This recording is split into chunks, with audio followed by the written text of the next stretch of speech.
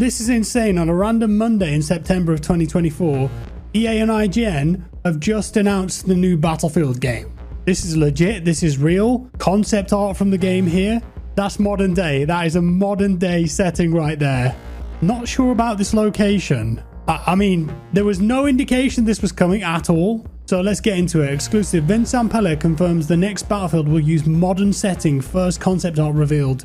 We get our first glimpse of EA's big Battlefield revival and learn more about how it's heading back to basics. Ahead of its Investor Day on September 17th, EA revealed fresh details on its untitled Battlefield game alongside its first official concept art, which IGN can exclusively reveal for the first time. IGN can also confirm that Battlefield will be returning to a modern setting after I'm smiling, man, after stints in World War I, World War II in the near future. While EA is cagey about specifics when it comes to the concept art, including declining to name the city where it's set, although it looks like Italy or somewhere else in Europe, it does include details that should stand out to longtime fans of the series. Among other things, it appears to suggest that ship-to-ship and helicopter combat will be a part of the new game, and that it will feature natural disasters like wildfires. Its greyish colour scheme is evocative of BF4, which remains one of the most popular games in the series despite being released a decade ago.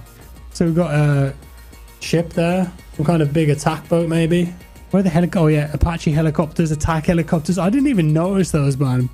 Here's the fire over there. All of it points to a back to basics approach for the next Battlefield. Indeed, head of Respawn and Group GM for EA Studios organization, Vince Zampella, is quick to shout out BF3 and 4 in the course of sitting down with IGN to talk about these new reveals. On the decision to return to the modern era, Zampella says, I mean, if you look back to the peak or the pinnacle of Battlefield, it's that Battlefield 3, Battlefield 4 era where everything was modern. And I think we have to get back to the core of what Battlefield is and do that amazingly well. And then we'll see where it goes from there. But I think for me, it's that peak of Battlefield-ness is in that BF3 and 4 days. So I think it's nostalgic for players. For me, for the teams even, those are kind of the heyday, although I would say 1942 also. Yeah, I was playing 1942 when I was a stupid 12-year-old or something like that. The return of the modern setting represents a course correction for the series after BF 2042, which eventually found its footing but was otherwise widely panned for features like specialists, characters that made it seem as if Battlefield was trying to be a hero shooter. Its ambitious 128-player maps also proved unpopular with fans who preferred a more focused experience. BF 2042 eventually went back to supporting 64 players per map, and the next Battlefield plans to stick to that approach. I'd rather have nice, dense, really nice, well-designed play spaces. Some of them are really good. Yeah, the 128-player didn't make it more fun. Like, doing the number for the sake of the number doesn't make any sense. We're testing everything around what's the most fun. So like you said, the maps, once they get to a certain scale, become different. It's a different play space, and I think you have to design around that. So we're designing something that's more akin to previous Battlefields. Zampella says, I'd rather have nice, dense, really nice, well-designed play spaces. Some of them are really good. I can't wait for you to see some of them. Okay, so maybe more of a focus on map design this time than giant maps.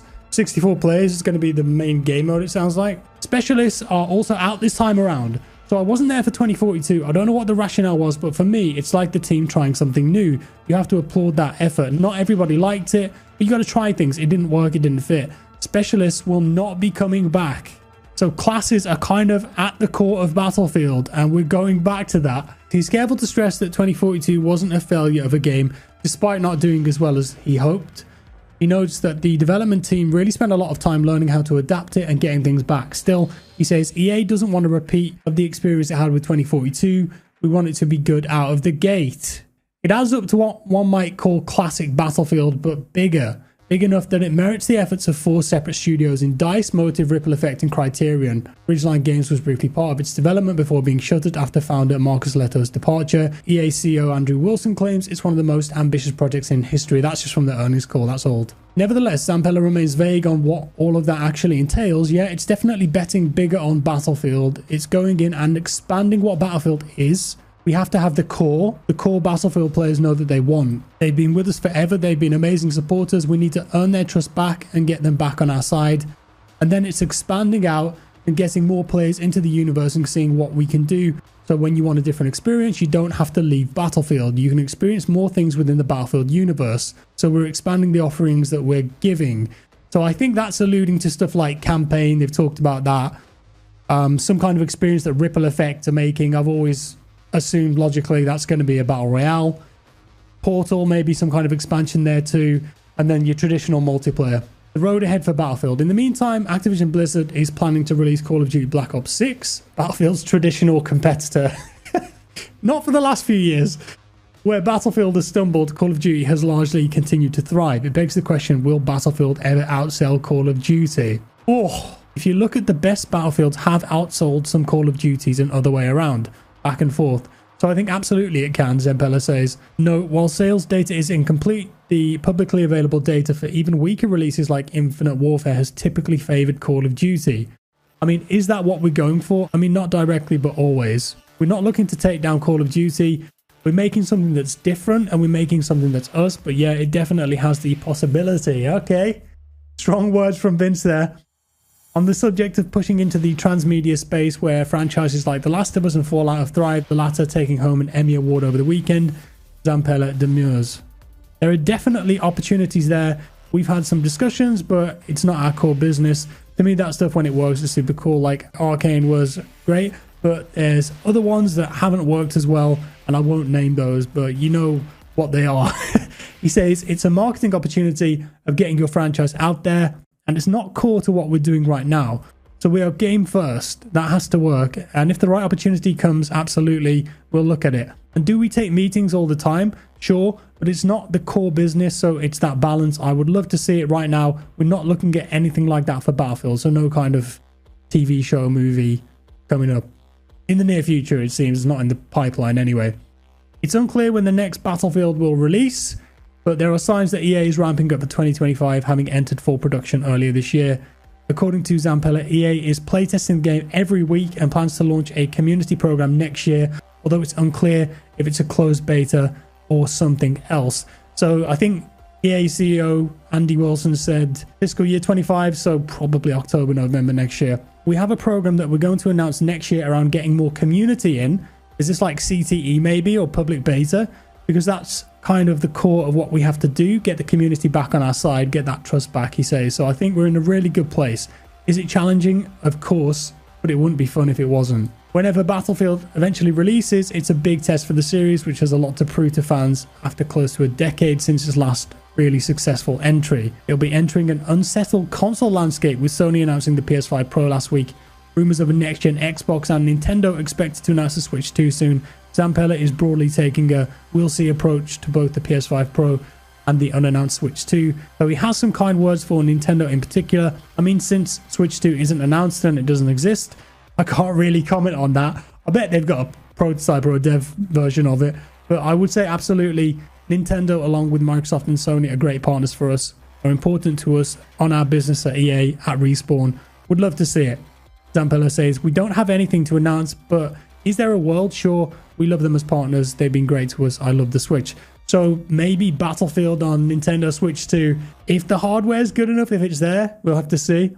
That'd be cool for Switch players.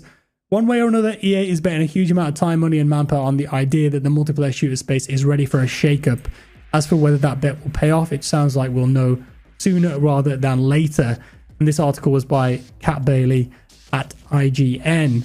Okay, there it is. I mean, look at this. That's crazy. Just Battlefield, is that what they're calling it?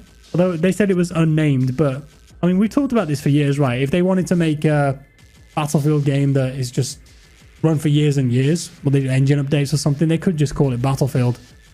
Might work. But yeah, we've got attack helicopters here, attack boats, lots of buildings here, urban environments.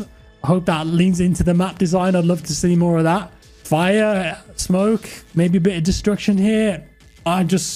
Yeah, this is it. This is the new game. First time they've publicly talked about more specifics and what it is. Classes coming back, 64 players, modern day. It looks like helicopters, boats, maybe a spiritual successor to BF3 and BF4, which I know a lot of us want to see. We want to get our hands on that. But as I've always said, after BF5 and 2042, they've got to come out of the gate swinging with this game. It's got to have a ton of classic Battlefield features in it. It's got to feel like a fun Battlefield game. Make sure that it works on launch. It's not a buggy mess. Got to be stable. Got to have a ton of content there. Got to have a good live service. Win that core audience back and then grow from there. We'll see how it goes. Guys, let me know your thoughts below. Thank you for watching. Appreciate you being here. Drop me a like if you enjoyed the video. Dislike if you didn't. Subscribe if you're new. And I'll see you next time. Bye-bye.